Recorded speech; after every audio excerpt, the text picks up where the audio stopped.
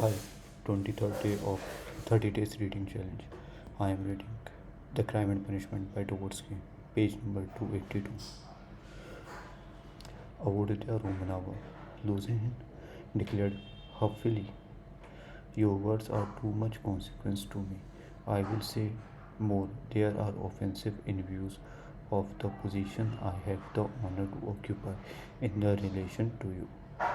To say nothing of your strange and offensive setting me, setting me on a level with an impertinent boy. You admit the possibility of breaking your promise to me. You say you or he, showing thereby of how little consequence I am in your eyes. I cannot let this pass considering the relationship and obligations existing between us. What? Cried Dunya, flushing. I set your interest besides all that has here been most precious in my life. What has what has made up the whole of my life. And here you are offended by making too little account of you. Raskolnikov smiled sarcastically. Sarcastically. Razumin fizzed, but Peter Petrovich did not accept the reproof. On the contrary, at every word he became more persistent and irritable, as though he realized it. Love for the future partner of your life, for your husband, ought to outweigh your love for your brother, he pronounced sententiously. And in any case, I cannot be put on the same level, although I said so emphatically that I would not speak openly in your brother's presence. Nevertheless, I intend now to ask your honored mother for a necessary explanation on a point of great importance closely affecting my dignity. Your son, he turned he turned to Pulcheria Alexandrovna yesterday in the presence of Mr. Razukstin. Or I think that's it. Excuse me, I have forgotten your surname. He bowed politely to Razumohin, insulted me by misrepresenting the idea I expressed to you in our private conversation, drinking coffee, that is, that marriage with a poor girl who has had experience of trouble in more advantages from the conjugal point of view than with one who has lived in luxury, since it is more profitable for the moral character. Your son intentionally exaggerated the significance of my words and made them ridiculous, excusing me of malicious intentions, and as far as I could see, relied upon your correspondence with him. I shall consider myself happy, Pulcheria Alexandrovna, if it is possible for you to convince me of a opposite conclusion, and thereby consider it reassured me. Kindly let me know in what terms precisely you repeated your words in your letter to Rodin Romanovich. I don't remember. Flattered. Plucheria Alexandrovna. I repeated them as I understand them. I don't know how Rodia repeated them to you. Perhaps he exaggerated. He could not have exaggerated them, except at your instigations.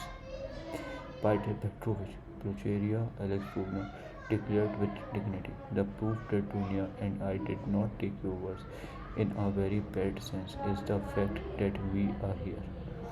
Good, mother said Dunya approvingly. Then this is my fault again, said Luzuin. Agreed. Well, Pyotr Petrovich, you keep blaming Rodion, but you yourself have just written what has false about him. Pulcheria Alexandrovna added, gaining courage. I don't remember writing anything false. You wrote, Raskolnikov said sharply, not turning to Luzoin, that I gave money yesterday not to the widow of a man who was killed, as was the fact, but to his daughter, whom I had never seen till yesterday. You wrote this to make distinction between me and my family, and for that object, added coarse expression about the conduct of a girl whom you do not know. All that is mean slander. Excuse me, sir, said Luzuman, quivering with fury. I enlarge upon your qualities and conduct in my letter solely in response to your sister's and your mother's inquiry, how I found you and what impression you made on me. As for what you have alluded to in my letter, be so good as to point out one word of falsehood. Show that's it. That is, that you did not throw away your money, and that there are no worthless persons in that family, however unfortunate. To my thinking, you, with all your virtues, are not worth the little finger of that misfortunate girl at whom you throw stones. Would you go so far then as to let her associate with your mother and sister? I have done so already. If you care to know, I made her sit down today with Mother and Dunya. Rhodia, cried Luceria Alexandrovna. Dunya, Sir crimsoned. Rosamohin knitted his brows. Luzuhin smiled with lofty sarcasm. You may see for yourself, O dear Romanova, he said, whether it is possible for us to agree. I hope now that discussion is at an end once and for all. I will withdraw that I may not hinder the pleasure of family intimacy and the discussion of secrets. He got up from the chair and took his hat, but in withdrawing, I venture to request that for the future I may be spared similar meeting and, so to say, compromises. I appeal particularly to you, Honored Luceria Alexandrovna, on this subject, the more as my letter was addressed to you and to no one else. Luceria Alexandrovna was a little offended. You seem to think we are completely under your authority, Pyotr Petrovich. Dunya has told you the reasons your desires were disregarded. She had the best intentions, and indeed you write as though you are laying commands upon me. Are we to consider every desire of yours as a command?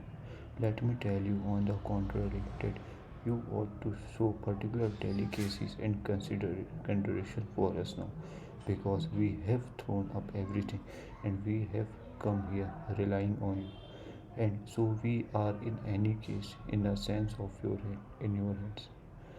That is not quite true, Luceria Alexandrovna, especially at the present moment when the news has come of Marfa Petrovna's legacy, which seems indeed very apropos, judging from the new tone you take to me, he added sarcastically. Judging from that remark, we may certainly presume that you are reckoning on your helplessness, Dunya observed irritatively. But now, in any case, I cannot reckon on it, and I particularly desire to hinder your discussion of the secret proposals of Arkady Ivanovich Svidrigailov, which he has entrusted to your brother, and which have, I perceive, a great and possibly a very agreeable interest for you. Good heaven! Cried Pluchuria Alexandrovna. Razumohin could not sit still on his chair.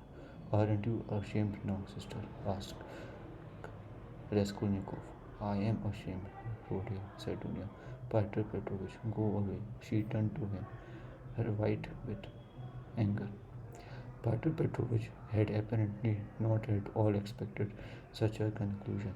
He had too much confidence in himself, in his power, and in the helplessness of his victims. He could not believe it even now. He turned pale and his lips quivered. Avortia Romanova, if I go out of this door now after such a dismissal, then you may reckon on it. I will never come back. Consider what you are doing. My word is not to be shaken. What insolence! Cried Dunya, springing up from her seat. I don't want you to come back again. What? So that's how it stands, cried Lozoin, utterly unable to the last moment to believe in the rapture, and so completely thrown out of his reckoning now. So that's how it stands. But do you know, Avodya Romanova, that I might protest?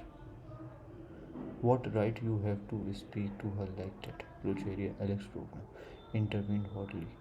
And what can you protest about? What right have you?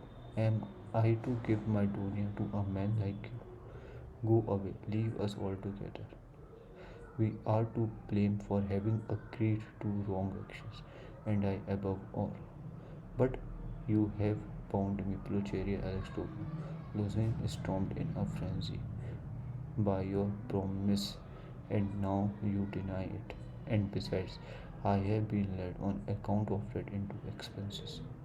This last complaint was so characteristic of Petro Petrovich that Raskolnikov, pale with anger and with the effort of restraining it, could not help breaking into laughter. But Prochuria Alexandrovna was furious. Expenses? What expenses? Are you speaking of your trunk? But the conductor brought it for nothing for you. Mercy on us, we have bound you. What are you thinking about, Pyotr Petrovich? It was you bound us hand and foot, not we. Enough, mother. No more, please. Audya Romanova implored. Pyotr Petrovich, do be kind and go.